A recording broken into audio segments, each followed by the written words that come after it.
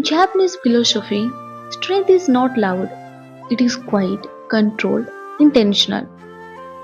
This is a story inspired by the wisdom found in Japanese books, where saying no is not an act of rebellion, but an act of profound discipline. Deep in the heart of Kyoto, there lived a master wood craftsman named Takumi. His work was precise, minimal, and timeless. While many admired his skill, few truly understood the discipline behind it. Takumi accepted only 3 commissions a year. To the outside world, this seemed strange. Why would a master at the height of his powers refuse work? As his reputation grew, the request became a flood. Merchants, officials, and wealthy patrons arrived at his door with promises of fame and fortune. Takumi listened to each of them with deep respect, and then he declined. He didn't do it with ego or arrogance. He did it simply, calmly, and firmly. One evening, his young student, filled with doubt, finally asked, "Master, why do you refuse so many opportunities? Aren't we supposed to grow?" Takumi didn't answer right away. Instead, he began to pour tea into the student's cup. He kept pouring until the tea reached the rim, then higher until it overflowed, spilling across the table and onto the floor.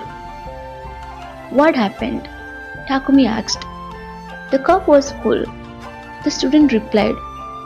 Takumi nodded. "So is your life, when you never say no."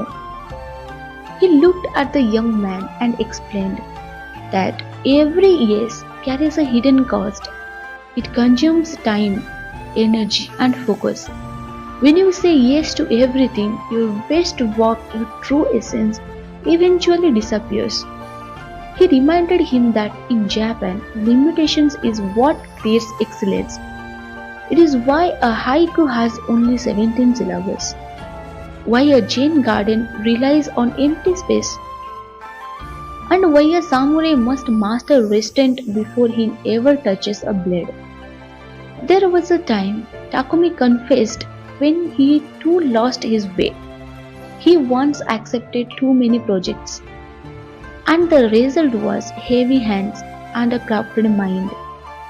He was dissatisfied because he realized that saying yes to everything is effectively saying no to the quality. From that day on, he lived by a single non-negotiable rule: if a task weaknesses my craft, the answer is no. It was not about being selfish, it was about the fact that his work represented his soul. Years later, when that student became a master in his own right, he was asked the secret of his success. He simply smiled and said, "My teacher taught me that no is not rejection, it is protection."